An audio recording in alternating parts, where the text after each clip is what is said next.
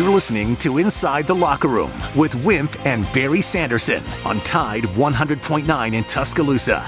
And 86. I'm James Spann on the ABC 3340 Weather Center on Tide 100.9. It's 46 degrees in Tuscaloosa.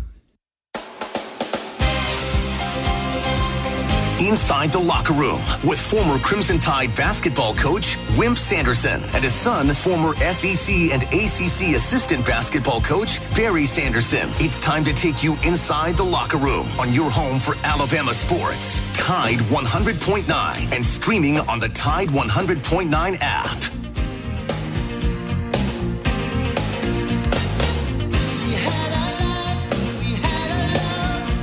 And good morning. Welcome into Tuesday edition of Inside the Locker Room. 205-342-9904 is the phone number if you want to get in with us this morning. We've heard from the coordinators. We've heard from Coach DeBoer. Did their answers satisfy you? Nobody asked about why did they not maybe try Ty Simpson for a series or two there. So I thought maybe and then why they throw the ball to Williams every time. That was not asked in the press conference, but anyway, some interesting answers. We'll play some of that in the second hour. We want to thank Yellowwood, pressure-treated pine from Great Southern Wood. They make this 7 o'clock hour possible. They do it for us each and every day. If you're going to build the 5-star backyard, the fence, the deck, the pergola, you already know there's only one choice. That would be pressure-treated pine from Great Southern Wood. Go to yellowwood.com to find the dealer closest to you. And always remember, guys, if it doesn't have that yellow tag on it, then you certainly don't want it. Download the app, the Tide 100.9 app. There's been a ton of downloads on that app. Put that on your smartphone if you have not done that already. If you have, then tell 2 people about it today and help them put it on their phone, or they can do what you do. Listen to us anywhere you go. You want to email us? The email is wimpandbarry@yahoo.com. Good morning, Chase. How are you? Good morning, Dad. How are you guys this morning? Oh, we're doing okay. Couple of things last night. I mean, most of you are not interested in professional football, but the Cards beat the Chargers 17-15. Probably already been announced. Ravens beat the Bucks 41-31. Tonight, if you're interested in football on college level, Sam Houston, FIU played at 6:30. At 7 o'clock, UTEP plays Louisiana Tech. First game's on ESPNU, the second game's on CBS-SN. So if you want to watch some more football tonight, you can just about watch it every night this week. Keon, the redshirt sophomore, is out, maybe a broken foot for Alabama. I think he was the 4th leading tackler on the team, certainly somebody that Alabama needed pretty badly to continue to play. Tried to play in the second half of the game the other day, but struggling like crazy. So that's that. Got Alabama. Bray Hubbard, I think he's a sophomore, I believe, is probably going to be taking his place, and they need some people, defensively, and it's a bad loss. Hugh Freeze just simply says that they're not playing to win, they're playing rather not to lose, and concerned about them that way. I don't know if that's right or wrong or none of the above. I do always mention golf, and the Ryder Cup has gone crazy with their prices. If you want to go to a practice round at Backpage up in New York, it's $255. If you go to the last couple of rounds, it's $749 to go, which is up about $400 from last time they had it in the United States. The Bubble Watch continues to go pretty strong about who's going to be. Well, I'll tell you where they say it is now. Now, this is not 2 weeks from now. It's not 3 weeks from now. They're just talking about now. And they have Oregon as 1, Georgia's 2, and Clemson is 3. If they will keep winning, of course, BYU 4, Texas 5, Ohio State 6, Miami 7, Penn State, I think, was 8, Notre Dame was 9, even though the bad loss that they had. Indiana with their broken quarterback situation he's hurt. Is 10. A&M was 11.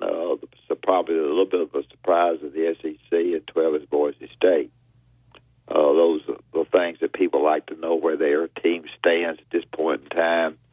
That will change a bunch of times between now and the time that the 12 are selected. Don't be surprised if the selection committee tricks some of you and pick somebody that maybe people won't think they will. So we'll see what happens there. Outside of that, we welcome your calls. Kevin will be on this morning at the bottom of the hour, and if you want to ask him questions about generally Alabama football or whatever you want to ask him about basketball, is picked up as I mentioned yesterday. I don't know if I mentioned this yesterday. They were picked way ahead of everybody as number one in the SEC, all the way down to where Kentucky was picked number 8, and quite different there. Auburn was 2, Tennessee 3, Arkansas 4, A&M 5, Florida 6, Texas 7, Kentucky was 8. So the bottom of the league is being holds up the league is Oklahoma and Vanderbilt. So the Dodgers and the Yanks will play Friday on Fox. Should be at least an entertaining game. By the history of baseball, I was hoping my team could get in, but they weren't good enough.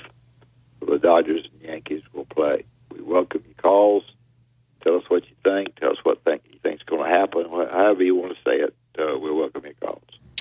Yeah, they have on ESPN, if you go to college football and you go to the rankings, there's a college football now that they have. It's a playoff percentages for certain teams. If they think, what percent do you think that the playoff predictor, I'm trying to find that word, and it's got 24 teams here listed. Now, I don't want to hear anybody else talk about Alabama fatigue and people don't take care of Alabama. Alabama, according to ESPN, still has a 44% chance to make the college football playoff. The first team is on the board are Georgia at 87%, Oregon 87%, Miami 86%, Ohio State should be the highest at 79%, Texas 78%, Penn State 73%, Tennessee 67% to make the playoff, Indiana sitting here 7-0. I think game day is going there, and they're playing Washington this weekend. 64%, Notre Dame 56%, and on down. The last percentage of those 24 is Pitt at 12%. Ole Miss, who's still on Alabama's schedule, 22%. Missouri is still in it at 16%. LSU 40%. For some reason, they only have Clemson as a 41% chance to make the playoff, which I don't understand. That Texas A&M is still in it as well, but. The fact that Alabama is even at 42% to me, that is it's almost laughable at this point. I think one more loss and you can put the chairs on the church bus and they'll be going to some bowl that nobody's going to want to go to. Just your thoughts about it. I just don't think this team, when I think about tough teams, and I know you can say, well, Alabama beat Georgia, but I think they went into Texas with a mentality.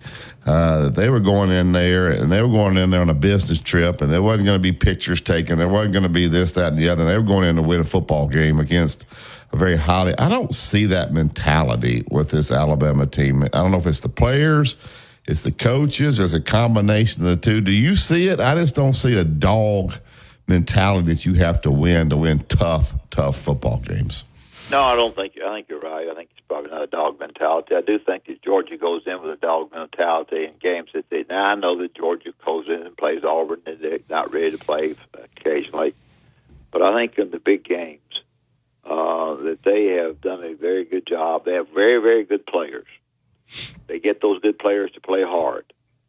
They do an excellent job of building their offense around the defense of the opponent.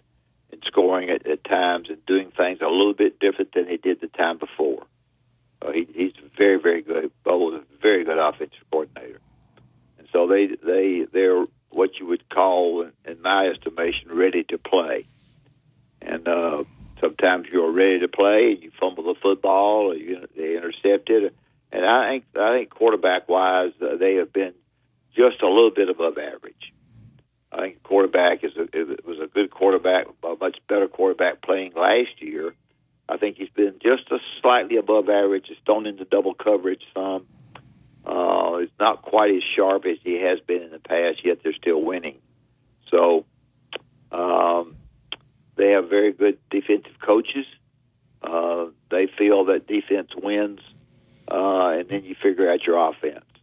And they went in there and held a Steve Sarkisian team to, 15 points or something, whatever it was. And it was a heck of a win for them on the road. Now, we talk about the toughness of their schedule. And we talk about Alabama and Texas. We talk about Tennessee, and we talk about Ole Miss. Tennessee at home, Ole Miss on the road.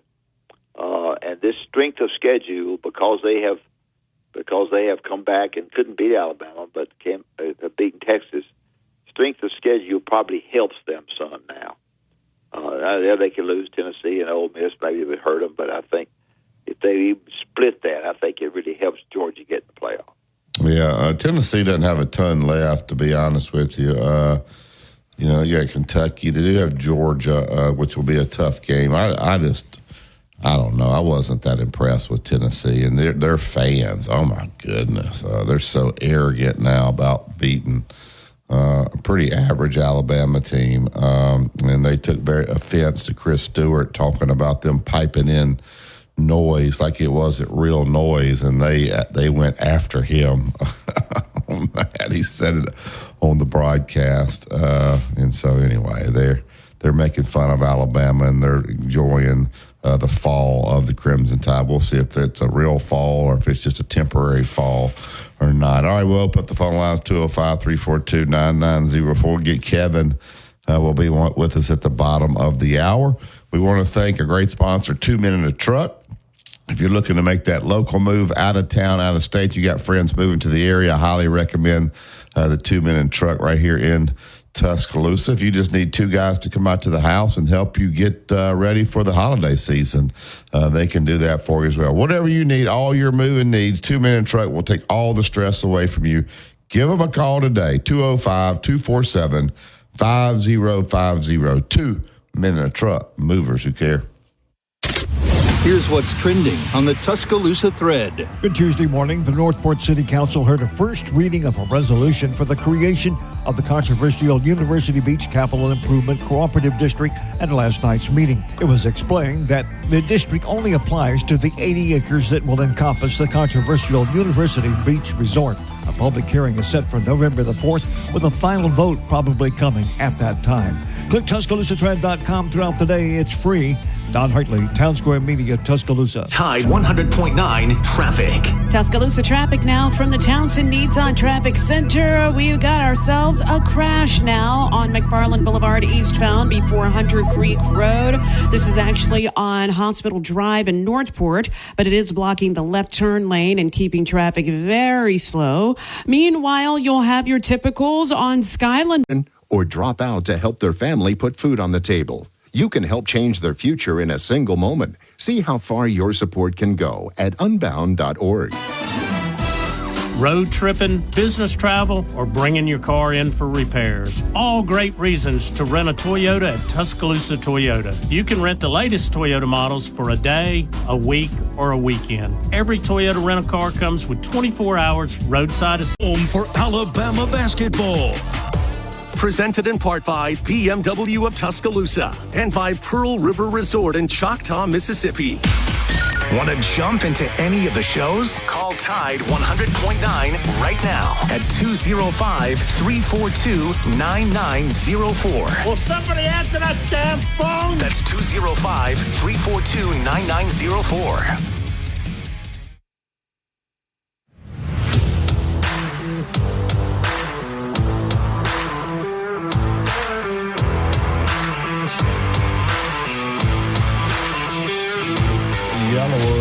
pressure-treated pine from Great Southern Wood, if it doesn't have the yellow tag on it, you don't want it. I always remember something Tim Floyd said, Dad. He said, and this kind of happened at my practice yesterday. We weren't having a great practice at the beginning, and so I basically stopped and said, we're going to have a good practice, and you're going to practice hard, or we're going to find a way to do it. And he always said, players don't have bad practices, coaches do, because you allowed it.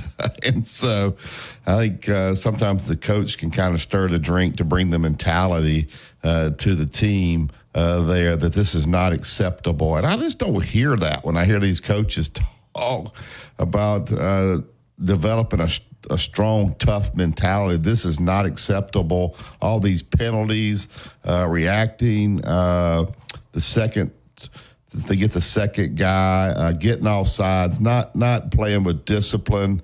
I don't hear that in these press conferences. Do you? No, not really. When I was coaching, I had my best player, Derek Fisher, get them together and get them to practice. And I said, if Derek can't get you to practice, I can. And I think leadership, and I say that because of leadership. I had leadership there, and that leadership, they listened to what he had to say, and sometimes, and if they didn't listen, then I took it over. And I think to some degree, you need to have some leadership out of your skilled people. And if you've got some leadership out of your skilled people that are, not phony but rah, get them going every day at practice and excited about the opportunity to play on Saturday, then you're sitting here now on Saturday playing a bad name, good team. And when you do that, when you play bad name, good team, mentally I say bad name, not one that just sticks out among the 16 teams in the league. And they do a good job. He is very, very fiery. The coach tries to get them to play, and they have just come back from a losing game for 3.5 quarters, where the quarterback came back from going to the hospital and played and won the game. So that's I don't know what they did at that hospital, but that guy came back running better than he was before he got injured. Yeah, he's a good player. They must have worked miracles at that hospital. He's a guy that he's a young man that has really good skill, not talked about a great deal. Not looked upon as one of the great quarterbacks in the SEC anywhere, but he comes to play pretty much, and they pretty much get ready to play. That also defensive coordinator to LSU, and which I'm sure hurt him some, but you can't. I think Alabama's not playing the week after that. You can't overlook that. You can't be excited. Oh boy! As soon as we get this game going, we're going to have 2 or 3 days off because we're going to be free that week. You've got to be ready to play, and your players can help you get ready. And if they can't help you get ready, then your assistant coaches have to help you as well as yourself. Yeah. All right. Let's get to the Yellowwood Hotline. Bring Philip into the show. Good morning, Philip. Hey guys, Barry, I like Coach DeBoer a lot. I think he's a great guy, and he's got to.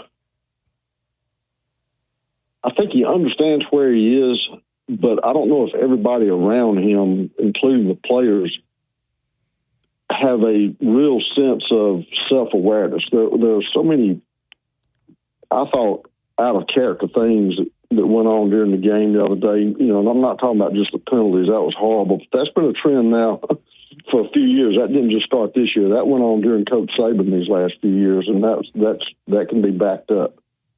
But the deal where Milroe kept the ball and the two receivers jumped up and did a basketball shot, and I don't understand even.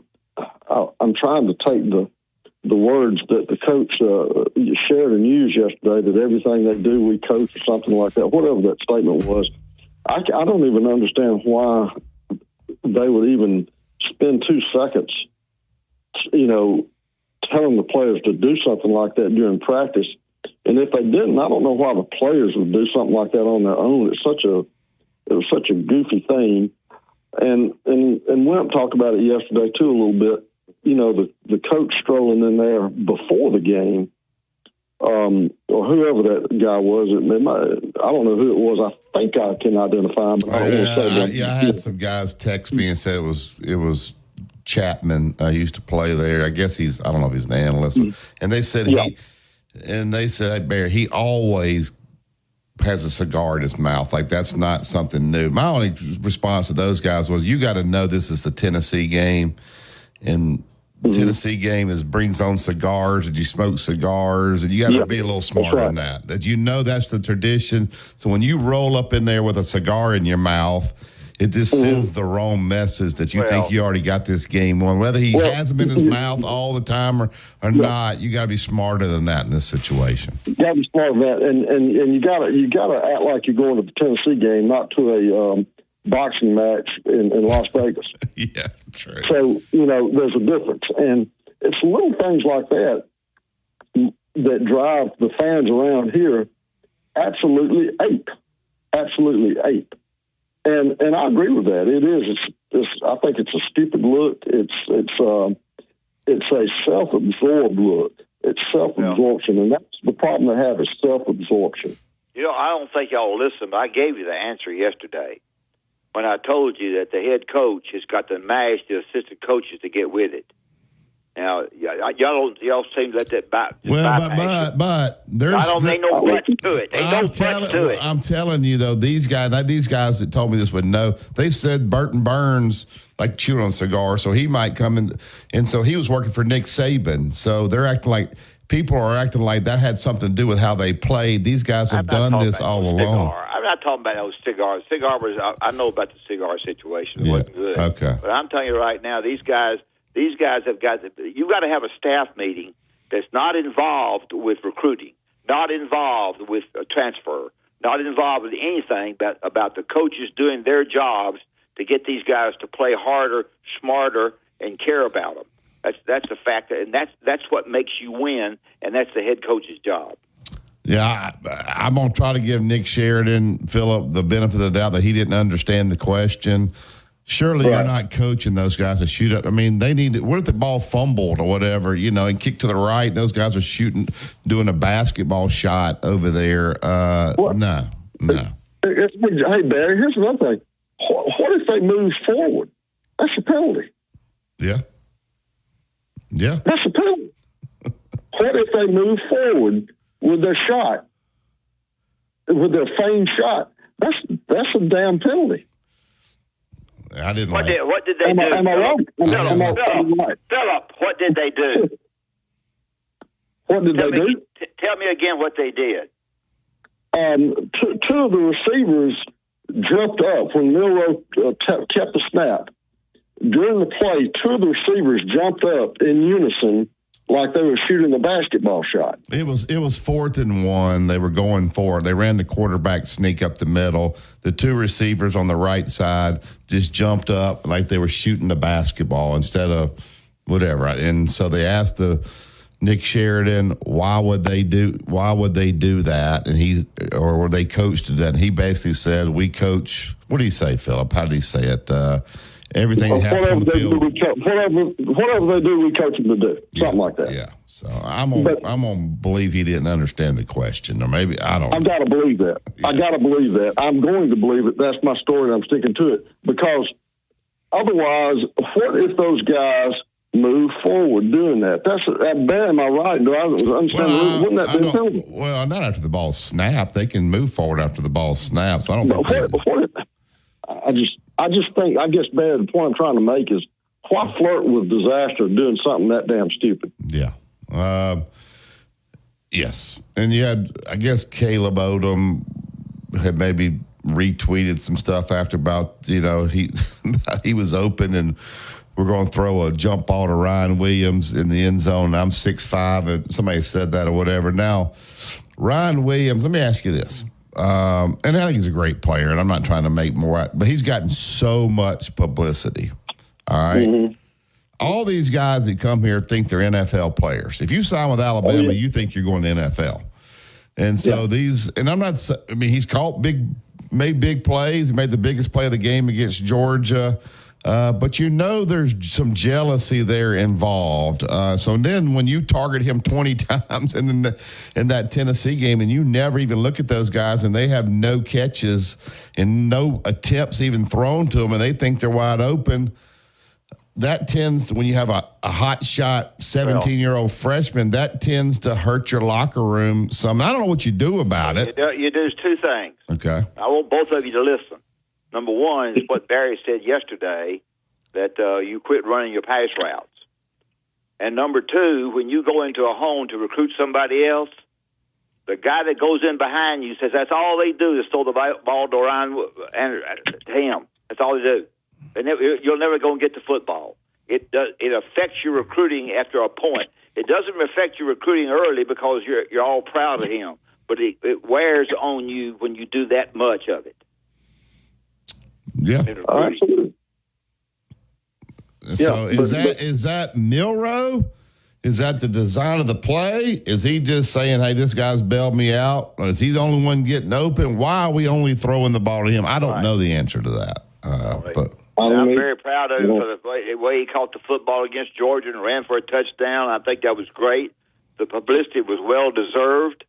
But you got to get all pass rushers thinking they have a chance to catch the football. Yeah. So, all right, Phil, we call us back second hour. We got to get to Kevin. Thank you, sir. Thank you. Mm-hmm. All right, we'll get to break here and get Kevin in. You listen to Tide 100.9, 1230 AM WTBC. It's the home of Alabama sports. Tide 100.9 traffic. Tuscaloosa traffic now from the Townsend Nissan Traffic Center. We've got ourselves a crash now on McFarland Boulevard eastbound before Hunter Creek Road. This is actually on Hospital Drive in Northport, but it is blocking the left turn lane and keeping traffic very slow. Meanwhile, you'll have your typicals on Skyland Boulevard, and that's right at the McFarland intersection. A little slow, but intersection slow goes is all. With your Tuscaloosa traffic now, Tammy Thomas. Road tripping, business travel, or bringing your car in for repairs. All great reasons to rent a Toyota at Tuscaloosa Toyota. You can rent the latest Toyota models for a day, a week, or a weekend. Every Toyota rental car comes with 24 hours roadside. Other brands. Just download the free Upside app and use promo code KIND for a 25 cents per gallon bonus on your first tank. That's code KIND for a 25 cents per gallon bonus. Tide 100.9 Tuscaloosa weather. A sunny sky today with a warm afternoon, the high 81. Clear tonight, the low 53. Tomorrow's sunny with a high at 82. Then very warm on Thursday and Friday. The sky's sunny both days. Highs between 83 and 86. I'm James Spann on the ABC 3340 Weather Center on Tide 100.9. It's 46 degrees in Tuscaloosa.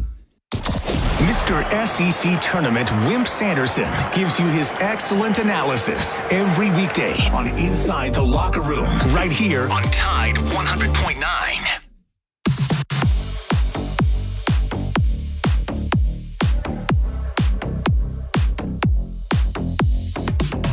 Welcome back to Inside the Locker. You want to build the 5-star backyard, you want to use Yellowwood. Find the closest dealer to you. Go to yellowwood.com, put that zip code in.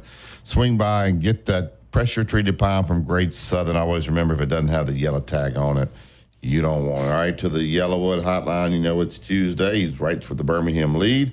Has a college football show on CBS 42 at 6:30 every Saturday. Joins us every Tuesday, Kevin Skarbinski. Good morning, Kevin. How are you? I'm good, fellas. Good morning. Kevin, I want to answer this question from a mental standpoint, from a toughness standpoint, from a getting ready, maybe a little bit of getting ready also. Does the University of Alabama go into Tennessee as much ready to play as Georgia goes into Texas with a much ready to play? Interesting question. I would say this, though, about Alabama, and Georgia clearly was ready to play. The way they came out in Austin with a chip on their shoulder, the way their defense just dominated in that first half and most of the game, actually. Shut down Quinn Ewers, forced a quarterback change. That was a very impressive performance, and a reminder that Georgia is still a championship program, not to be dismissed. because they lost one game by one score in a hostile environment on a night Alabama played very well back in September. Was Alabama ready to play? Well, the problem, obviously, they weren't great in the first half, but they got outscored 24-10 in the second half. And they got outscored badly in the second half against Georgia as well. So it seems to me that in their two losses, they have really, really struggled after halftime. And again, they weren't great in the first half in Knoxville and really had an opportunity, if not to put the game away, to have a far more comfortable lead than 7-0 at halftime. So, that's a tough one to gauge a team's mental state.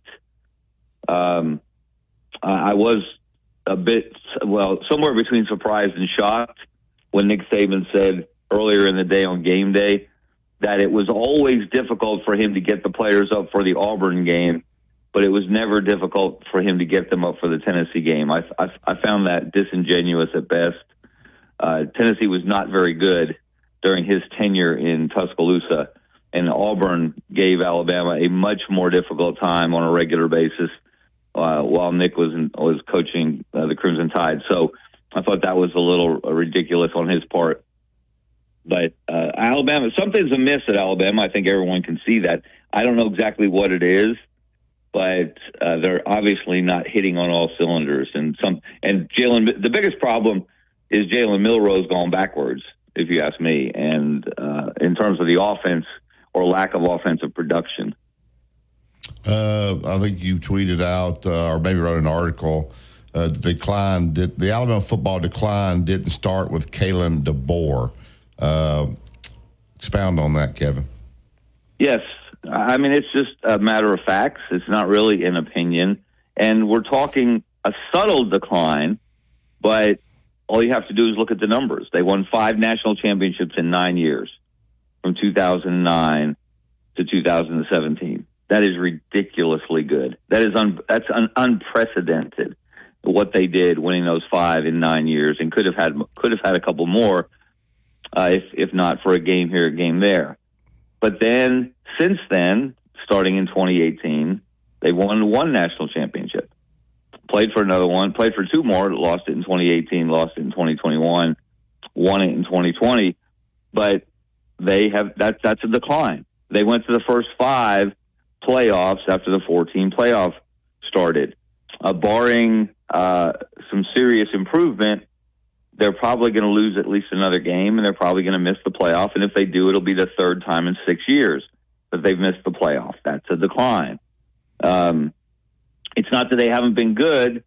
They haven't been as good as they were, like I said, in that period from 2009 to 2017.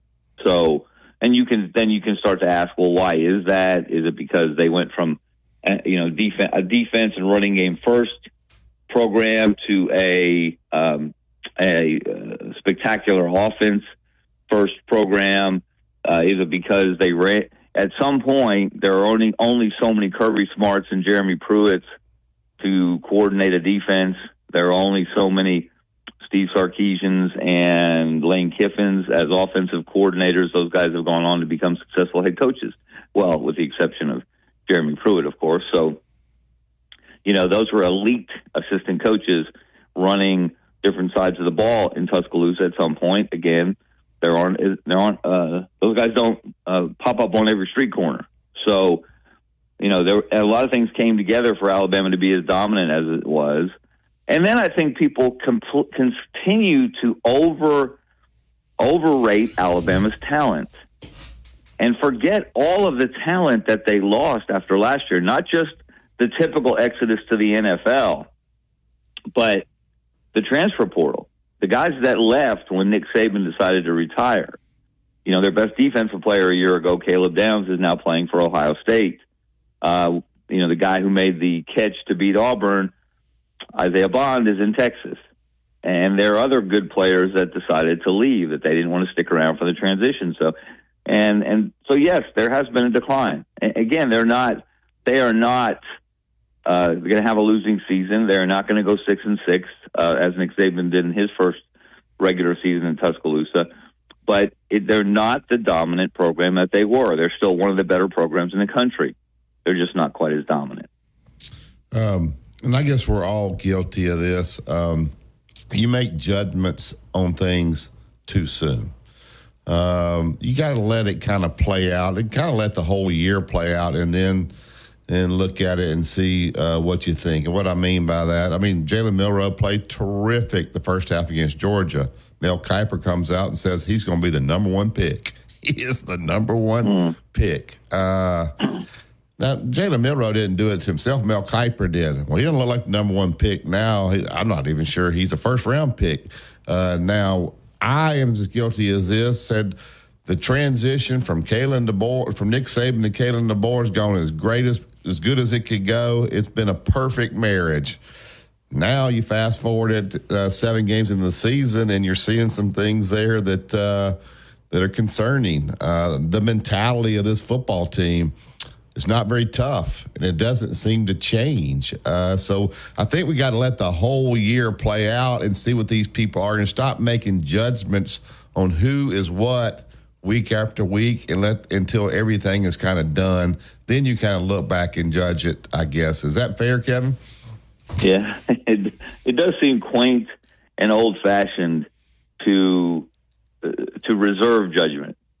That phrase has completely fallen out of favor. It's so 10 years ago or 20 years ago, and part of it is the explosion of media. There's so much media. There are so many people offering opinions every minute of every day on different platforms, whether it's social media, radio, television, in print, online. Everybody's an expert. Everybody has an opinion. I often think back to when I started in journalism a long time ago, and not everybody, at least in the newspapers, not everybody was allowed to give their opinion. If you were a beat writer, they did let us write one. Charles Hollis and I, we wrote one column a week in which we were allowed to express our opinion. But outside of that, we were supposed to write news stories and feature stories, game stories. We were not supposed to give our opinion every minute of every day. And we didn't. And, of course, there weren't as many outlets to do that. But, things like the Milroe thing, the Mel Kiper thing with Jalen Milroe was completely unfair. Yeah. To Jalen. Completely unfair. I think that's one thing that I wish professionals would take a step back. And particularly when you're talking about players, there's plenty of pressure on these guys. And yes, now they're getting paid and they're semi-professionals, so they should be able to handle the responsibility. Again, if you take the money, you have to also accept the responsibility. But in a case like playing quarterback for Alabama, that's a massive responsibility in and of itself. So when you make a statement like that, Mel Kiper is not just Joe Smith on the internet. His voice carries. His voice matters to people. So when you say things like that, you put an even bigger target on his back. You create outsized, unrealistic expectations, and that's what Alabama football has lived with since 2008, really, thanks to the success that they've had. And it does bother me, because we do tend to forget that these are people, even rich people getting paid, crazy money to coach the sport that they love. They are people, and sometimes I think we all go a little overboard in our commentary, and I'll include myself in that as well. Sure. The schedule is certainly very favorable to Alabama to run the table. I know LSU is very hard up there. I got that. But a chance to beat Oklahoma. I can't remember the schedule. Mercer, I think, is on the schedule. Missouri is not a great. They'll play hard. Auburn is a losing record that will play at home. As you study the schedule, Alabama is really in great shape to have a great chance to win the rest of the games. This pretty much, even though they do probably eliminates them out of the 12, does it not? Am I guessing? No, I don't think that's necessarily so.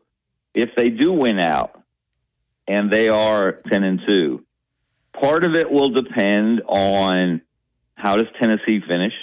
Yeah. How does Vanderbilt finish? If Vanderbilt continues to do what it's been doing, continues to win, that will certainly help Alabama. If Tennessee continues to win, that will certainly help Alabama. And then they probably will need some people to lose. Yeah. You know, they don't need, for example, they don't need Tennessee to win out. Because if it comes down to a comparison between Tennessee and Alabama, if things are relatively close otherwise, head-to-head should carry the day. And Tennessee has the head-to-head. But Alabama has a huge, huge chip on its side of the table in that win over Georgia. And if Georgia runs the table, gets to Atlanta, the SEC championship game, wins the SEC or not, they're going to be in the playoff. But that is a factor that Alabama has that no one else has because they beat Georgia. But, yeah, the biggest – look, Alabama right now you would say they should beat everybody left on the schedule. The toss-up would be LSU. Sure. And LSU has quietly been going along, just winning football games, and that's another team that's a must win. To me, that's the one. If you lose it, you're out. You're almost out, regardless of what happens elsewhere. So, can they get their act together and do that? That's the big question. Extra week to get ready for LSU. Yes, that is true. I think that's when you mash the troops. I mean, you want them to, if you're able to beat Missouri, you make your troops know that you care about them, but you mash them, and you go into LSU with a mad on. I think that's a pretty good strategy. Yeah, this Missouri game. I think this is where we all make judgments that we all expected after Georgia, Alabama was going to come out with a mat on and just destroy Vanderbilt. Well, we didn't give Vanderbilt enough credit, and we gave Alabama too much credit. And then after Vanderbilt, we said, well, Alabama's really mad now.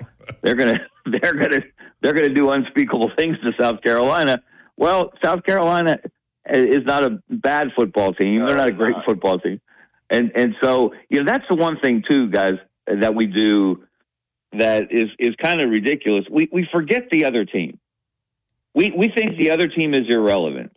We think if Alabama is Alabama, as we expect them to be, it doesn't matter if the other team is the Green Bay Packers of Vince Lombardi, the 1985 Chicago Bears. We expect Alabama is going to win the game. But we also have short memories, and we forget that last year, how many games did Alabama play close, get close victories against bad teams? South Florida, Arkansas, Auburn. Texas A&M fired its coach, and Alabama, that was a one-score game. So we have this unrealistic and often inaccurate perception of Alabama football, really based on one thing: national championships, and a lot of other victories as well. But again, that's where that subtle but unmistakable decline has come in that people don't want to acknowledge, but has been it's pretty much hiding in plain sight if you just look at it. Yeah, I mean, in the people that follow the program's mind, the South Alabama game was a loss. South Carolina, was a loss. The way they played, the way they closed the game out, the negativity that comes even after a win, it felt like a loss. Now, South Carolina, as they showed, pretty darn good, especially defensively. They absolutely just demolished Oklahoma. Really should have beat LSU at home. Kevin, and their defensive ends. We knew their defensive ends were good. If you just watched it all, you knew they were really good coming off the edge. And Alabama's offensive line, you want to add up things that have not been what people hoped they would be or expected them to be. The offensive line has not been dominant. They got out. That's a disturbing thing, is they got out physicaled on both sides of the ball up front by Tennessee. Do they have any? We don't know. locker room issues. When you throw the ball to the 17-year-old freshman 20 times, Kevin, those other receivers are like, guys, I ain't running my route anymore. The guy ain't even looking over here. Every play, we want to throw the ball to Ryan Williams. Right or wrong, that stuff is a problem. It's almost like high school. Like high school, you have one great player and you just ride him in everything you do in basketball, football. It seems like Alabama's doing that with him. And there's got to be some jealousy among the locker room with that. That can eat a team up, right, Kevin, if you don't keep that stuff under control. Yeah, and in basketball, what happens? Then the other guys stand around and watch. Yeah. They watch the one guy who's getting all the shots and all the touches. They tend to stand around rather than working hard to create shots for themselves or whatever their job is on the court at the time. It can be an issue, sure. And look, to me, from a strategic standpoint, is their offense is big picture is all Jalen Milroe all the time. He runs the ball more than the running backs. He threw, I still can't believe he threw 28 passes in the first half on Saturday. In the first half. Or 27, it might have been. But it was a ridiculously high number. He ended up with 45 for the game. It's almost as if they have abandoned the running game, or the running backs, more specifically, to lean on Jalen Milroe. And look, Jalen Milroe is the best running back they have when he carries the ball. Yeah. Which is another issue from a talent standpoint. They don't have dominant running backs. Those guys are good. Don't get me wrong. They're not Najee Harris. They're not Derrick Henry. They're not Trent Richardson. So they have leaned on Milroe, and he's taking so many more hits. He's taking hits when he's running the ball. The pass rush is getting to him. It happened with Tennessee. If they don't get to him, they're affecting him. Certainly, as you mentioned, South Carolina got to him and seemed to rattle him. I wonder if all the hits that he's taking, and I think Tyler Booker said he's 100%, and then he backpedaled a little bit in an interview yesterday and said, well, nobody's 100% this time of the season, but he's fine. I wonder if all these hits are affecting his accuracy, affecting his decision-making. If he is now cringing a bit, at least internally, and expecting pressure even before it comes, and that's affecting his decision-making. You factor all these things in, and then you throw in, like you said, targeting Ryan Williams so much. Wide receivers tend to be divas as a position group anyway. They all expect the ball, which is one of the most amazing things when you think back, 5-6 years when they had those 4 NFL wide receivers on the roster at one time, and they found ways to get the ball to all of them. None of those guys, until Devontae Smith had his Heisman year, when those other guys had moved on to the NFL, none of those guys was catching that many more balls or getting that many more targets than anyone else when they had that incredible wide receiver room. So, there's a lot of things that, just the offensive philosophy of Kalen DeBoer that's come into question. And to me, to go back to the beginning, Wimp, you asked about mental state and how you approach a game and are you ready mentally? Was Kalen DeBoer ready? And everybody can say they are, but it's one of those things you don't know it till you live it. Was he ready for the level of scrutiny and criticism that everything about his team and his staff and himself is now being picked apart, down to his wardrobe? I don't know that he was fully ready for that. How could you be? He didn't get anywhere close to this kind of scrutiny in his previous jobs. Now, he signed up for it, and he's being compensated handsomely for it, but it's still something that's not easy to deal with when you go through it. I don't mean this disrespectful. He reminds me a lot of Dave Odom, who I worked for 9 years. Really nice, really good guy.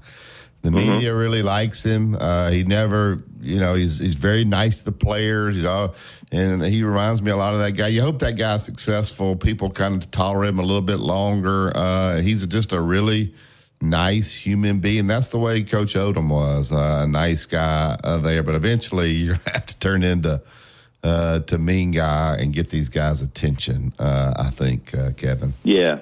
You have to, look, you have to be able to, not every day, not in how you treat everybody in the building, but you have to be able to be an SOB at times. You just have to be, I think, to be ultra successful. And you can say, well, Bobby Bowden wasn't that way. Bobby had his moments. Every successful coach has to put his foot down and draw a line and say, that's not acceptable. And we're not going to allow that in different ways at different times. If you're going to be ultra successful over time, Nick Saban had it in spades, obviously. He didn't seem to mind whose feelings he hurt. And I think that's an interesting comparison. I will say the one thing that is different to me is Dave Odom, when you interviewed him, as I did through the years a number of times, he always had interesting things to say. He would break things down. He would give you thought. I'm not saying Kalen DeBoer offers a lot of coach speak to me. Yeah. He tries to not. He tries basically to be a nice guy in his answers instead of having the edge. You know, Nick Saban didn't do press conferences. Nick Saban gave lectures. Yeah. I guess it's the way they treat people because Dave Odom loved a press conference. Like he would have a press conference, yes, and then he would sit down with the media. They wanted to sit down and just talk. I mean, we're like, and those guys were like, "Oh my gosh!" Like get him on his side. He loved it, loved it. Most guys, they just want to get me in and get me out. But I'm talking about the way he treats people, and those types of things. Yeah. So it gives you a little more rope. When you're a jerk, you better win because if you're not, they're going to pound you. They're going to turn on you quickly. Yes. I will say though, and just a quick note, that's one thing that's missing in the relationships between coaches, players, and the media in college athletics. Is you don't have those moments where you could walk into a coach's office and you can talk to them, or you can get them on the phone, or you can have one-on-one time, or you can have time after the press conference when the cameras are turned off. Transfer portal caused that. What's that? What went? The transfer portal has caused that. Because has caused the deterioration. No, it hasn't. You know what's caused that? Money. Yeah, well, that's a transfer portal. Coaches used to need the media. They don't need the media anymore. They just don't. They can go, first of all, you can go directly to your fans with so many different, again, media outlets, including those offered by the schools. They can get their message out, and they do so many different ways that press conferences are almost becoming a thing of the past in terms of real interactions, real questions being asked. You know, now I don't go to many press conferences anymore, but just listening to them, you don't hear good questions. You hear softball questions. People don't challenge coaches. I can remember Ian Rappaport. You guys remember Ian, of course, now he's with the NFL Network. When he was the Alabama beat writer for the Birmingham News, he challenged Nick Saban. And it was refreshing. And Ian would walk in there, Ian was young. He'd have holes in the knees of his jeans intentionally. I guess it was a fashion thing. And he would sit in the front row, and he would ask Nick Saban tough questions. And it would get under Nick's skin, but it would give you some of the best answers that you would want to hear out of a coach. He would get you honest, thoughtful answers, sometimes with an edge, but you just don't hear that kind of thing anymore. And we're all the poorer for it because you don't have those relationships between coaches and players. They're media. They go together. Both of them do. Transfer portal and money go together. Before you leave us, let's don't jump over Missouri to get to LSU quite yet. I think Missouri could beat Alabama. I think the one thing that I'll ask both of you guys this question: you got to continue to, and Philip made a good point. I care about you got to care about your kids, mm-hmm. but you got to be in a position to see how am I going to be ready to play against a Missouri team with a bad name, good team, and I think we'll get an idea. Where I asked both of y'all, where are they going to be mentally Saturday? I have no idea with this team. Yeah, and I think that's what Kalen DeBoer is discovering. Is he doesn't really have. I don't know that he has his finger on the pulse of this team. I think this is a very interesting team we would talk in the past. Nick Saban liked this team. Some teams he liked, some teams he didn't really like the team. And last year he seemed to really enjoy coaching that team. This team is different. This team, I don't know what this team's personality is. It's kind of schizophrenic. Yeah. So Saturday is going to be very interesting. I don't know what to expect. Yeah. But it's a game they can lose if they slop around and make some of the mistakes that they've been making. You better have your finger on the pulse of your assistant coaches to help, because he can't coach every play. The assistant coaches got to coach your own group. You got to have a meetings with your assistant coaches to do what you want them done. Care about the kids, but mash them. Yeah, well, he's got to set the tone for that with them, and then they got to carry it out the plan. If that's his style, doesn't sound like that's his style. May not be his style. Yeah. All right, Kevin, tell everybody where they can find you. You can follow me on Twitter /X at Kevin Skarbinski. Keep up with the different things that I'm doing, including my 2 columns a week for the Birmingham Lead. You can subscribe to that publication, Birmingham Lead, LEDE.com. And you can also watch me and Scott Griffin on CBS 42, 6:30 p.m. on Saturdays. It's a curious time slot, but we often get to talk about games right as they're ending or have just ended, so it makes it fresh and it makes it fun. And my goodness, have we had a lot to talk about in the last few weeks. If one of your sons was the other wideout at Alabama, would you be fussing as the daddy? I never talked to a coach about playing time as a dad. Now, when I got home, did I fuss? Yeah, pillow talk. When I was sitting in the stands, did I quietly seethe as my son didn't get the shots or the touches in certain situations that I thought he should have gotten? Absolutely. You cried, you fussed, I guarantee you did. Yeah, he did. Pillow talk. Oh, I was, you know how they always say, as you as a parent, you're not, there's different roles. There's the coach, there's the parent, there's the official. Pick one and stay in your lane. But, I like to think I know a little bit about basketball. So, there were times I was not the parent who came home and just was quiet about the game or didn't comment on the coach's decisions. I'll be honest. Yeah. I know how you were. That's the reason I asked the question. I know how you are. I'll tell you who has a great team, but a tough child. Nate Oates and them, they look good against Wake Forest, and 4 of his main players weren't even there. How are you going to play all those guys? Because that's going to be fascinating. All can play, so good for him with recruiting. I guess he said that's their problem. They'll have to figure that out. Thanks, Kevin. Thank you. Thanks, guys. Have a great week. All right, one thing, Yellowwood. We went way past that. Yellowwood pressure-treated pine from Great Southern. If it doesn't have the yellow tag on it, you don't want it. All right, well, the phone line's 205-342-9904. Get us the Tide 100.9, 1230 AM WTBC. It's the home of Alabama sports. WTBC Tuscaloosa and W265CG Tuscaloosa, a Town Square media station. Tide 100.9 and streaming on the Tide 100.9 app. From the Fox Sports Studios in Los Angeles, here's Eddie Garcia. Week 7 in the NFL wrapped up with a Monday Night Football doubleheader. The first game in Tampa saw the Ravens outscore the Buccaneers for a 41-31 win.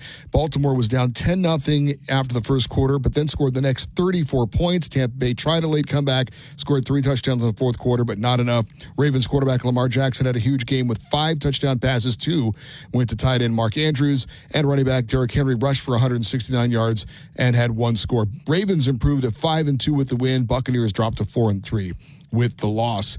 The late game was in Arizona, where the Cardinals edged the Chargers 17-15. Arizona kicker Chad Ryland hit a 32-yard field goal on the final play to win it. Arizona quarterback Kyler Murray had 2 touchdowns, a 44. It's Lux for less.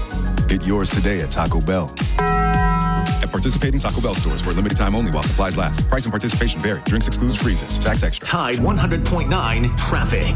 Tuscaloosa traffic now from the Townsend Nissan Traffic Center. Well, we're starting to thicken up just a bit in a few spots. Rush to work delays, nothing more than that. We've got McFarland on the east and westbound lanes at 43, tightening up. 43 definitely. Southbound lanes onto McFarland Boulevard. You're going to find yourself slowing down.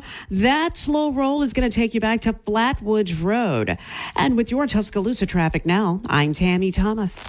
Coming up on The Game with Ryan Fowler. Coming up starting at 2 p.m., we're going to take your scores for Alabama and the Missouri Tigers. We're going to move past a little bit of Tennessee. Still some things we're going to clean up with that. We'll talk to Mike Detillier, and we'll take your scores on a Southern Owl House score prediction day starting at 2 on Tide 100.9, 1230 WTBC, your home of Alabama Crimson Tide Sports. The longest running sports program. It's 800-564-9170. What do you have to lose? Call 800-564-9170. Again, 800-564-9170.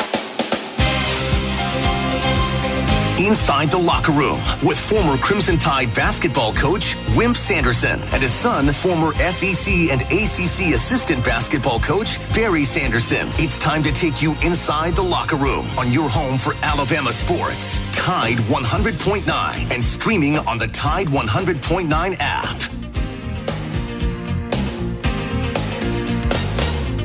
Welcome back to the second hour of Inside the Locker Room. Allstate Insurance agent Andrew Kniffer. He's my agent. Let him become yours. Out at 4705 McFarland Boulevard, Suite 3, over in Northport. You're looking for home life auto. He will take great care of you. If you need to use the insurance, he'll help you find the proper place to use that as well. Give him a call today for the free estimate, 205-722-9201. Andrew Kniffer, Allstate Insurance. All right, NBA starts today. Tonight, 2 games. The Lakers play Chase, and that's big hoopla about LeBron and his son playing together.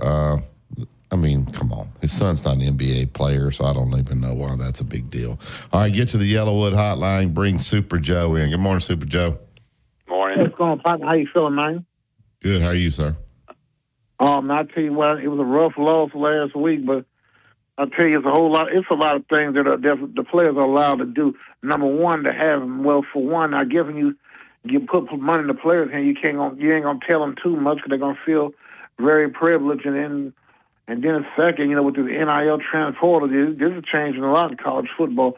It's a different taste in the Kool-Aid, and I'm gonna say it like this, like Kevin the boy, they said, well, right now he's the best one we could find, but that might be the case. But look here, this is not the best he can do either, as far as coaching. Because right now, of course, I don't really criticize a guy in his first year, but at the same time, he got fronted a good team. I mean, this is great quality that he just got, and so like I said, he inherited Alabama would have been. He inherited a program rich in tradition. I don't know that he inherited a great team. Maybe a good team, not a great team. And he's trying to figure out the ways to push the buttons to make these guys ready to play each and every week. They seem to kind of be lackadaisical, very mistake-prone right now, Super Joe. Yeah, they're very mistake-prone. The penalties are ridiculous. I mean, the penalties are just like a maxed-out credit card. Yeah, no doubt. I mean, and then I'll tell you what. Then we go out there and lose to Missouri on home. I'm saying it's gonna be some voices raised. I mean, it's just like watching Tyson Fury get beat by Adam Sandler. Yeah, you don't need to lose Missouri. That's for sure. Thank you, Super Joe. Take care, partner. All right, back to the Yellowwood hotline. Get Tom in. Good morning, Tom. Hey, Tom. Hey, Barry. Good morning, Coach. How are y'all? Good. How are you? Hey, how are you? I'm good. Thanks for asking. I wanted to put my 2 cents in on the 2 kids doing the jump shot. I think we're going overboard here, criticizing everybody. Some criticism's due. We wasn't ready to play. I don't think we ran the offensive plan exactly like it was drawn up. The execution was way off. And I don't know why. But it sure looks like what Coach says, you're not ready to play. Well, I think that all figures into it. You're mentally not into the game plan. You're not confident with it because you don't know exactly what to do, and so forth and so on. But with the two kids, I think they were doing so. I think the play was called, but it wasn't run properly. Everybody in that stadium on that fourth down expected Jalen Milroe to run the ball, right? I think the play was called for them to do the Tim Tebow jump pass.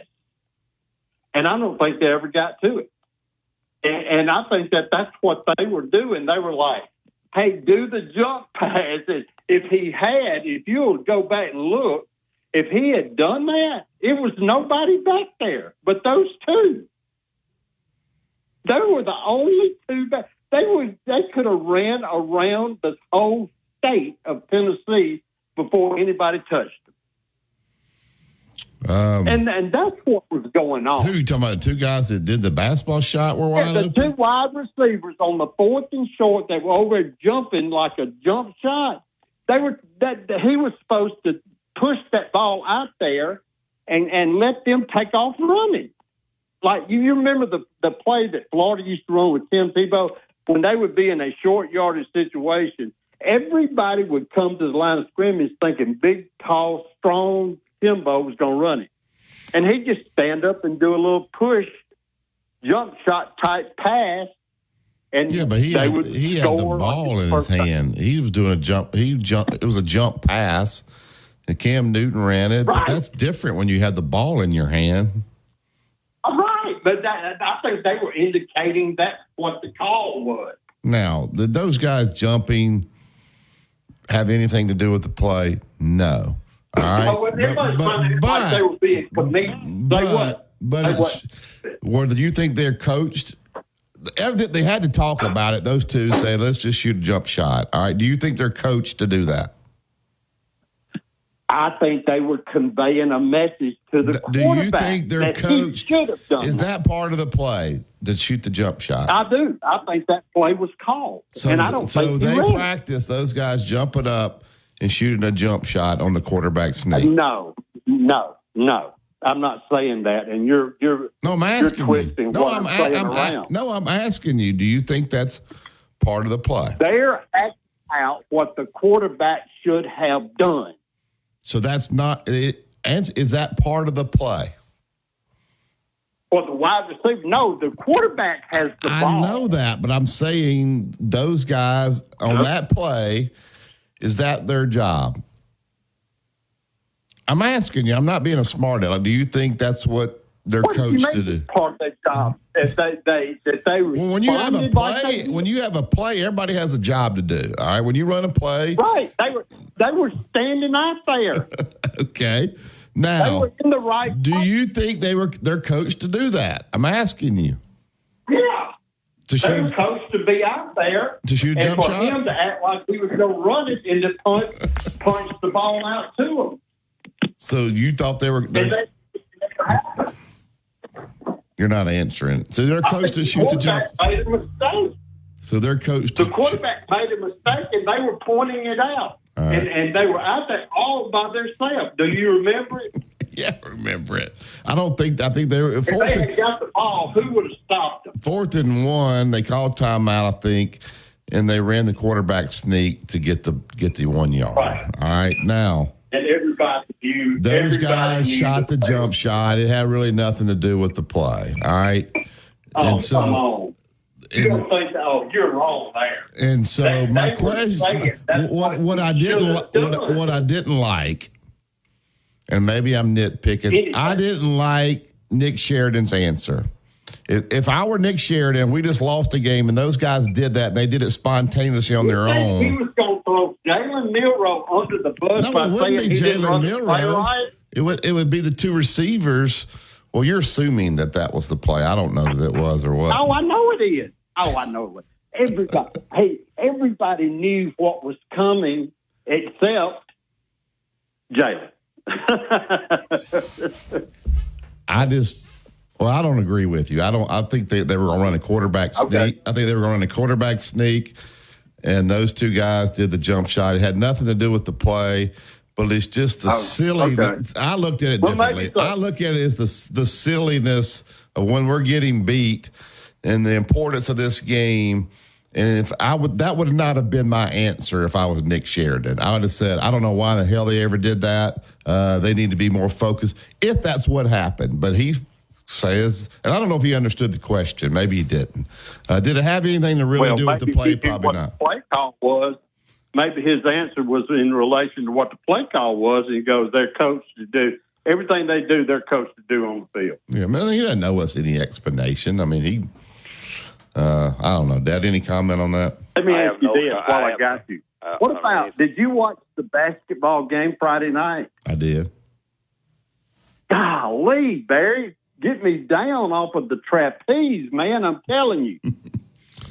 Yeah, and then when you look at it and you see that Grant Nelson and Reitzel and Sherrill and the kid from South Florida, those guys are all main contributors, and they didn't even play. I'm telling you. Hey, I kind of like the kid from Pepperdine. What do you make of him? Well, that's the first time I've seen him. The time I watched him practice, he was injured. I think they're all good. I just don't know how the world you're going to play all those guys.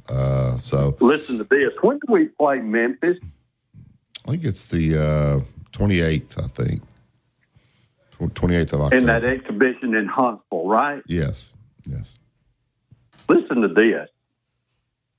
Memphis had a kid yesterday said, look, I ain't got my money for my NIL. I'm not playing. I want to ask Dad. He Dad, averaged. I want to ask both of y'all that. All right, let's say you have a hot shot freshman, and he's getting paid pretty good. And he's had a great year.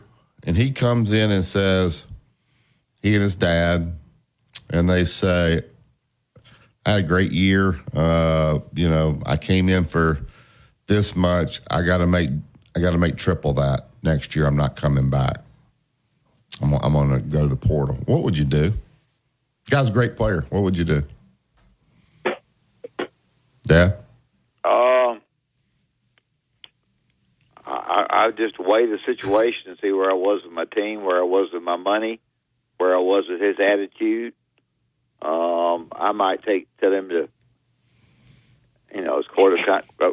according to what kind of job I had, what my situation was with the athletic director, as far as him getting me the money, the way the athletic director of Alabama was paying Nate, getting him money. A lot of factors come into that. I don't know that I could answer the question completely because I don't want too many factors involved. Yeah. Well, that's a different scenario than what I just described happened at Memphis. No, but I'm asking you, what would you do? Let's say he's getting $1 million, and he comes in and says, I need $3 million. And he's a great player. I mean, I would tell him to let the door hit him in the butt. Mark Sears great. Yeah, that kind of good. Let's say Martin Sears is making $700. Hang on. Let me see what I can do. Give me 2 hours. Say he made $700, $500 or whatever. He comes in and says, I got to have 2.5 to come back. Hang on. I'll be back to you in a little bit. But how do you maintain your locker room when you do that? Because you're giving the money so much to him. Hey, once I get the money, I'll worry about that. I'll cross that bridge when I come to it. But you see what these coaches bridge already crossed. You see what kind of position these coaches are put in? Oh yeah. Penny's in a handle up there. But hey, the kid that hit him up saying he ain't got his money yet, hadn't got it yet, but he's only like 5 points a game and 6 rebounds or something like. It's not very, not way up there. That's the problem with all this stuff. So if that guy walked in and said, I ain't got my money yet, well, you suck and you ain't going to get it. So go ahead. You better be really good if you walk in and have that conversation. Oh, in other words, we decided we ain't going to pay you. Yeah. We paid you thinking you were being able to do this. You stink. Get out of here. Isn't that a situation where you've already decided before he shows up, you go, we're not paying him?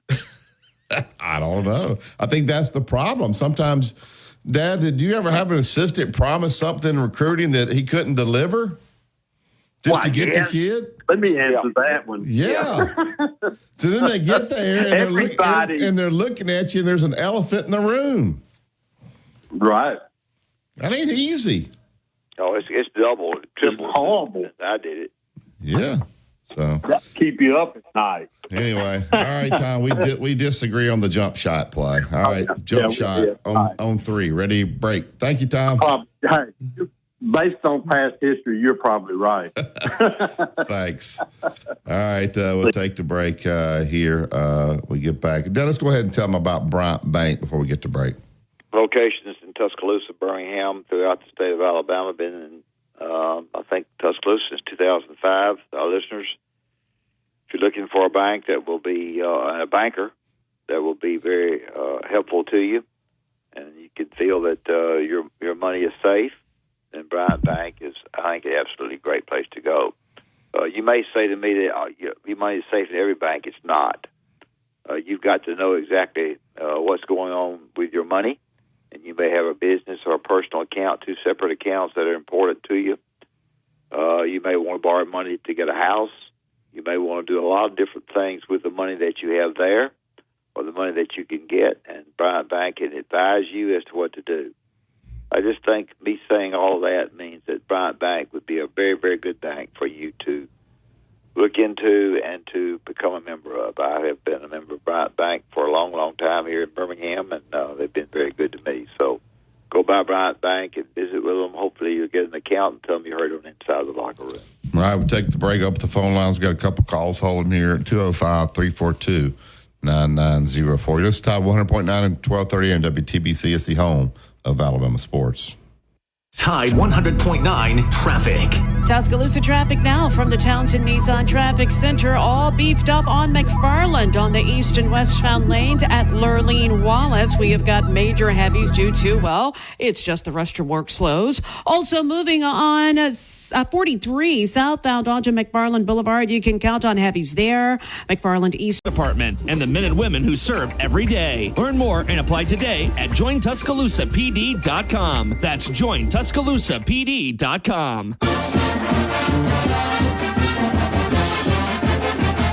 From the University of Alabama, this is Crimson Tide Today.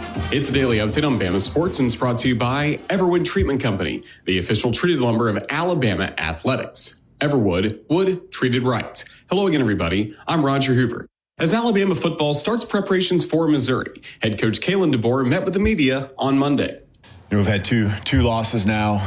Trying to find those complete games and as a team, and there's been times throughout the season where we've played very complimentary. It might be takeaways and scoring. It might be one team needs a little pick me up, the other comes through. But when the losses happen, those things get amplified. You certainly.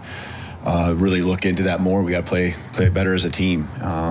It's what great teams do. And so we haven't been our best in those 2 games in particular. And I know there's other times we can always look and know we got to improve, but can't have the mistakes, can't have the penalties, got to have better execution. I'll have more in a moment. Producing championship quality lumber is not an easy process, but at Everwood Preserving, it's our only process. Wood treated right. Everwood offers top-notch pressure-treated wood for decks, outdoor structures, commercial jobs, and more that you can build your reputation on. When it comes to quality, we're on the winning team. Visit your local Everwood dealer today and discover the difference for yourself. Everwood Preserving Incorporated, the official lumber of the Alabama Crimson Tide. Join us this afternoon for Crimson Drive, driven by NASCAR, streaming live at 2 p.m. Central on all CTSN social media platforms. Crimson Tide Today is brought to you by Everwood. Crimson Tide Today is a production of the Crimson Tide Sports Network from Learfield. Tide 100.9 Tuscaloosa weather. A sunny sky today with a warm afternoon, the high 81. Clear tonight, the low 53. Tomorrow, sunny with a high at 82. Then very warm on Thursday and Friday. The sky sunny both days. Highs between 83 and 86. I'm James Spann on the ABC 3340 Weather Center on Tide 100.9. It's 48 degrees in Tuscaloosa. Inside the Locker Room with Wimp and Barry on your home for Alabama sports. Tide 100.9 and streaming on the Tide 100.9 app.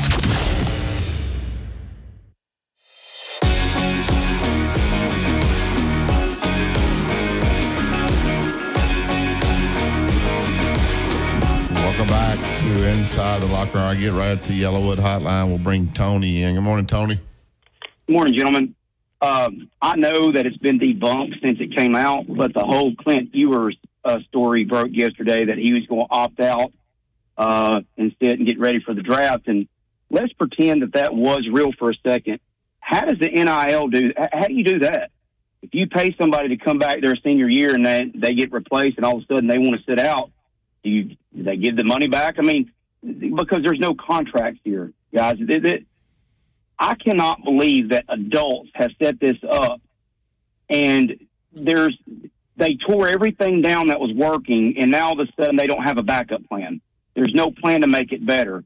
And it is, guys, it is destroying, in my opinion, college football. And if it keeps going the way it will. There's going to be a lot of unhappy people. And one thing you never hear about, gentlemen, is the transfer portal. You never hear about the number of kids that go to the portal. You never hear about the kids that never return back to college football because they don't get picked up. I think the only problem with your theory, I don't disagree with what you say. But when you say it's going to destroy college football, and then I saw Kurt Herbstreit and then say 12 million people watched the Texas-Georgia game and 10 million watched Alabama-Tennessee. So on one network, 22 million eyes went on that, which is a record. And with the playoff system the way it is now, these games are going to mean more and more as it goes down. So the people are not turning off the TV right now. As bad as it is and the biggest mess it is, people are watching it. If they're making money, I don't think it's going to be that big of a problem, Tony. Man, they're making money. Well, you're right. And is the money that big on ESPN because of the games are played on ESPN now? I don't totally agree with what he says. Okay, why? I think you have two premier games and you stick that out. But I think you have other games where people are leaving at the half, not coming at all. I think the competition among the elite player teams, and there are 4 or 5 in each league, but the rest of them are not elite. I think it's going downhill. Well, you're going to have more games that mean something here in the next 3 and 4 weeks. There's going to be elimination games, teams that are right on the cusp. Alabama's going to be watching if they can do what they're supposed to do and win the rest of the games. They're going to have to, pull for certain games, certain teams to win and lose, and there's going to be a lot of eyes on games that you normally wouldn't watch because you're wanting to see what happens, right, Tony? Oh yeah. Especially if you've got a top 5 team that's in like Vanderbilt. You got the number 1 team in the country. It's looking like they're going to lose. Of course, a bunch of people is going to watch it. I worry about. I guess what I should say is the character development of these young men is. We both know that's gone downhill. But I don't know. I'm a little turned off by it, but how you could pay a kid out of high school to come to play, and if he doesn't produce, another great example, Jaheim Otis guy that says he's going to sit out the rest of the year. I think we discussed it a week ago or two. If he's going to sit out, you're leaving your team. Why let him be involved in team activities? Why let him work out at the facility? If he wants to leave, leave. I think he. I think he has, and I think that's why. Oh, did he? Yeah, I think that's why. Well, he may be still in school, but I don't think he's working out and practicing and all those things. Which to me is, of course, if he comes in and says, hey, I want a red shirt, and Kalen DeBoer said, and them say, well, no, we're going to play you if we need you. No, then you got a problem there. Now you got to decide whether you're going to let him still practice and not be part of the team, or just say, hey, if that's what you want to do, then move on. Get your stuff, get it out of the locker room, and you finish out the semester and you're gone. The problem with a guy like that, Ole Miss is going to take him. You watch. They're going to take him. Oh, I ain't no doubt. They're going to take a chance because he's talented, and they're going to think, it's his last stop. We got to take a chance. We can't get that kid out of high school, so he has a problem, but we're going to take a chance, and Ole Miss will take him. At the end of the day, he'll have somewhere to go. But the borderline guys won't. Change the subject real quick. What's the guy playing the 5, or I don't know, maybe the 4 for Alabama, the transfer from was it Rutgers? What's his name? Amari. Whatever the guy. Yeah. Is he more athletic than y'all thought? He looks pretty athletic to be as big as he is. Like he moves quicker than most guys his size that I've seen that I saw. Yes, he's got great timing too. He's strong. Great timing. He's the rim protector they didn't have last year, and he's not going to get pushed around the paint for sure. Is he going to be able to help offensively as well? I think garbage buckets, putbacks, dunks, offensive rebounds right around the goal, those things. He's not going to step out and shoot threes. They got enough guys to do that. Yeah, absolutely. So. Well, have y'all had a chance to see Memphis play at all? Have they played an exhibition? I don't know, Dad. You know anything about Memphis? I don't know. I think you've lost some kids. I think they're going to be, from what I can gather, pretty mediocre. I think they've lost them. They changed their coaches. They're have a chance to be decent, but I don't think it's going to be anywhere near Alabama. Yeah, well, we all know it's a long time till March, but do y'all think Wake is a tournament team? Wake Forest? I don't really know. I mean, a lot can happen. That's, it's hard to tell after one game. I know Steve Forbes is a good coach. I know he'll get the most out of it in the ACC. I think they were picked in the top 5 in the ACC. So, So we'll see. And Barry, you're right. Coach Sanderson's right. The Missouri game it's worrisome. Yeah. That cat can throw the ball. He's a good quarterback, man, and that's been Alabama's Achilles heel for a long time. And if Alabama does not come prepared to play, they're going to take another loss. Yes. If they better be mentally ready because from what I've seen the last 3 games, they haven't been they're not mentally ready. All right, tell me this. You tell me then. You explain to me how you get them mentally ready to play. Coach, you're right. You number one, you need to set them down and tell them they're not as good as they think they are. Number one, and number two, it comes in practice. The way you practice is 90% of the time the way you're going to play. And if you're seeing the same things, everybody keeps saying Milroe's hurt. He doesn't have an explosion when he runs the ball. Well, then if you see that at practice, what are we doing calling the plays? And then if he's that bad hurt and he's becoming a detriment to your team, you've got to do something about that. But coach, you're right. You've got to get your assistant coaches. You have to remember this. That not necessarily with Alabama, but there comes a feeling when you think people have told you that you're out of the playoff. You don't care as much. I think the problem is I'm not saying Alabama's out of the playoff, but you, from a mental standpoint, and getting them practicing and getting them, you've got to get your assistant coaches to match. Right.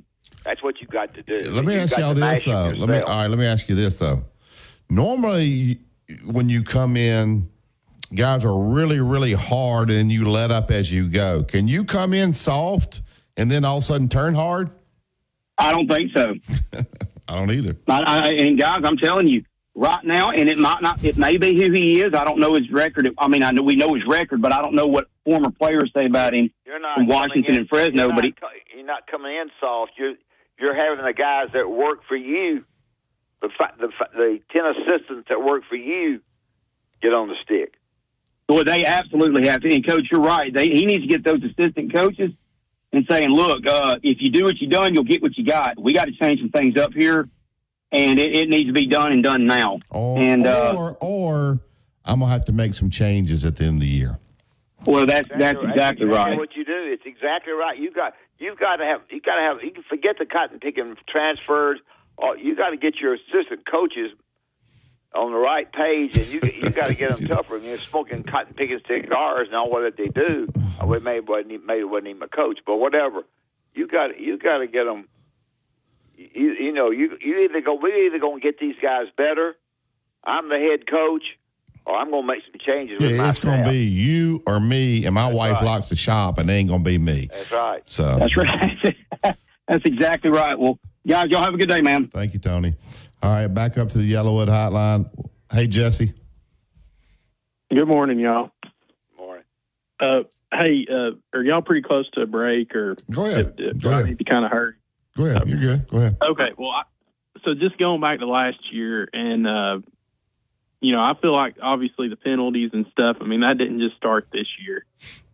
That's kind of been an issue for even when Saban was there towards the end. But what I want to go back to is the South Florida game last year. First of all, I want to get you and for both you guys' opinions on, do you feel like the team laid down in that South Florida game last year? I think they did, because they got upset about the quarterback change.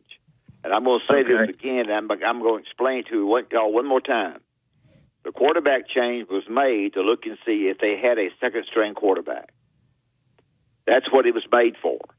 When it was made like that, it was a mistake, and the offensive and defensive line laid down. They didn't play hard. They didn't do what they were supposed to do, but they thought Milroe should be playing the quarterback position. That's what happened. That's what they decided to do, and it was a mistake. Go ahead, Jesse. Okay, so all right, so at that point, do y'all feel like he lost the team last year? No, I think they decided, all right, Milroe's our guy, and we're going to build our offense around him. And they're going. Before they weren't, and I think this new guy that came in from wherever he came in from, Tommy Rees. I mean, he had to do what Nick Saban said, and Nick Saban said, "We're going to run Alabama's offense." Well, Alabama's offense was not suited to Jalen Milroe. After that South Florida game, I think they realized, "Oops, all right, that's our guy.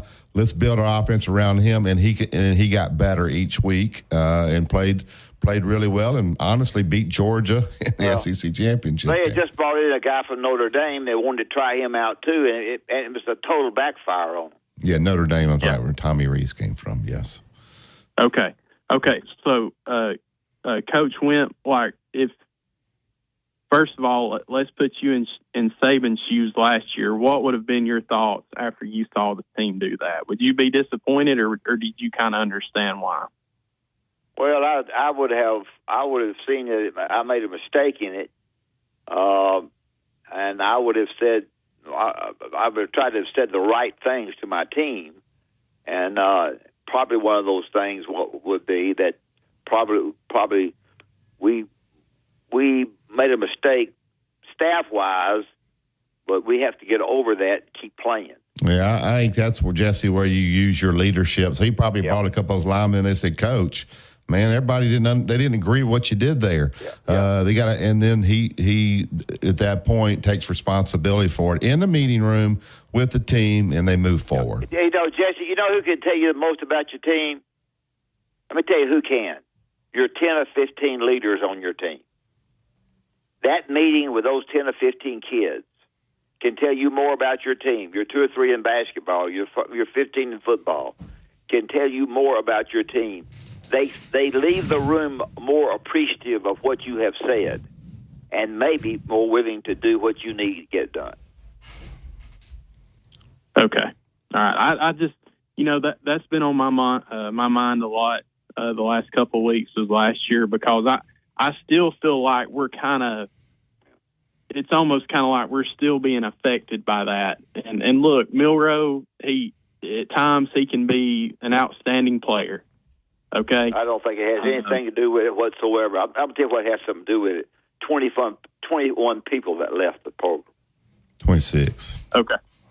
So, all right. So, another thing I wanted to get to also was I feel like everybody's being a little bit too hard on the board right now, because my point was going to be I don't think we had, quote unquote, discipline in the program as much as we had the past couple of years before we even hired DeBoer. I agree. And I feel like that, it's, people have short memories and they act like as soon as Saban left, that's when the discipline left. But it had left. I'm going to tell you something else too. It's harder with the way the world's gone with money and transferring and daddies and coaches. It's hard to have great. It's hard to have great discipline. We get on cotton picking radio shows and talk about it was better when I was coaching. It was easier on me. I mash your butts. And Jesse, I think you make a great point though. What he's done has always worked. So why would he come here and change? Now, maybe he may reevaluate after the season and say, you know what, this Alabama job, this SEC thing's different, man. And he may reevaluate, but why would he be any different than what he's been? Because he's always won. Look what he did at Washington, But it always goes back to a thought in mind after you've been here and gone through practices and all. Everything's hunky-dory for the first game or so, but then you realize that the assistant coaches, I've got to change a little bit my little brain as well as the head coach, and I've got to get the assistant coaches doing what they need to be doing. Yeah. Yeah. Yep. No, I that's just, I feel like it's so easy to, just blame all of the reason why we have 2 losses on the board. Yeah. You're a good caller, and you said a lot of good things. I appreciate your call. I don't think the number of kids that we have now, I don't think that South Florida game had anything to do with it last year, personally. Now, I could be dead wrong. What's going on now? But you're right. You kept thinking last year they had discipline problems and penalties, and it would change the next game, and it never got any better. So great call, Jesse. Thank you, sir. And Jesse, so did the other 15 teams in the league. There you go. Thanks, Jesse. Thanks, guys. All right, Tuscaloosa Toyota. Go to TuscaloosaToyota.com. Buy 3 tires, get that 4th tire for $1. Also, great deals on all the vehicles out there. Great financing. You can go right to the website, get that all set up. Swing by Skyland Boulevard, see Justin, see David. They'll set you right up and tell them that Wimp and Barry sent you. Listen to Tide 100.9. This is the home of Alabama sports. Tide 100.9 traffic. Tuscaloosa traffic now from the Townsend Nissan Traffic Center. This has been one of the lighter Tuesdays for you as we're dealing with very minimal delays. And looking here at Skyland Boulevard onto 359 or 359 southbound onto Skyland. That's a little heavy on the horizon. Still trying to get through that rush. In Northport, just before Carroll's Creek Baptist Church. Sponsored by Edmondson Deer Processing, Tuscaloosa Tractor, Irvin's, Paul's Feed and Seed, and Anders Hardware. Coming up on The Game with Ryan Fowler. Coming up starting at 2 p.m., we're going to take your scores for Alabama and the Missouri Tigers. We're going to move past a little bit of Tennessee. Still some things we're going to clean up with that. We'll talk to Mike Detillier, and we'll take your scores on a Southern Alhambra Score Prediction Day starting at 2 on Tide 100.9, 1230 WTBC, your home of Alabama Crimson Tide Sports. The longest running sports program in Tuscaloosa. The Game with Ryan Fowler. Weekdays from 2 to 6 p.m. on Tide 100.9 and streaming on the Tide 100.9 app. Tide 100.9 traffic. Tuscaloosa traffic now from the Townsend Nissan Traffic Center. This has been one of the lighter Tuesdays for you as we're dealing with very minimal delays. And looking here at Skyland Boulevard onto 359 or 359 southbound onto Skyland. That's a little heavy on the horizon. Still trying to get through. Just download the free Upside app and use promo code KIND for a 25 cents per gallon bonus on your first tank. That's code KIND for a 25 cents per gallon bonus. You're listening to Inside the Locker Room with Wimp and Barry, only on Tide 100.9 and streaming on the Tide 100.9 app.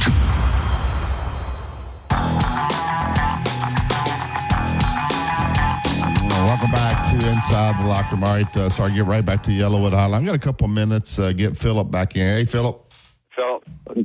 Great phone call from Jesse. I thought he hit on a lot of fringes that I've been thinking about, and I'll leave it with that.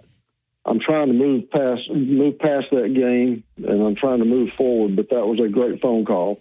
I would like to ask you guys. I don't think the Vanderbilt story is over. I believe that game the game they've got coming up with Texas this week in Nashville is going to pose Texas some problems because they've got to now focus on life after Georgia away from home against a team that can run a very difficult offense to defend. Well, there's 8. Tell me this then, Philip. You're not a gambler, and I'm not either. It's 18.5 points. How did you look at that game? Well, I think it's a dangerous game. I think it's a game that. I mean, you think Vanderbilt's going to win or cover the 18.5? I think they will definitely. I think that game is going to be a close game. I'm not saying they're going to win. Yeah. I think it's going to be a dangerous game. If Vanderbilt can go in there and play smart football, which is a cliche, I think that game can be a very dangerous game for Texas. I think you're going to find out a lot about Texas. How tough is Texas? You know, we thought Alabama would come back after that Vanderbilt and just blow South Carolina away. They didn't. You thought that, and so will Texas come in with Georgia's mentality, or will they be like Alabama was and just get by? It'll give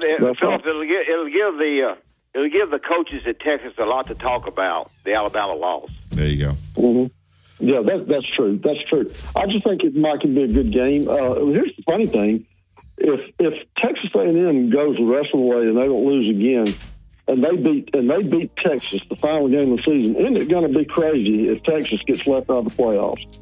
They could. They could. And A&M could, wow, what a turnaround. Their schedule sets up to possibly happen. Thank you, Philip. We'll talk tomorrow. All right, that's it for today's show. Great calls today. We had some new callers. Great conversation. Appreciate you guys always. We didn't even get to the clips, so maybe Gary can use the clips. I think everybody's heard those clips anyway. You listen to Tide 100.9 and 1230 AM WTBC.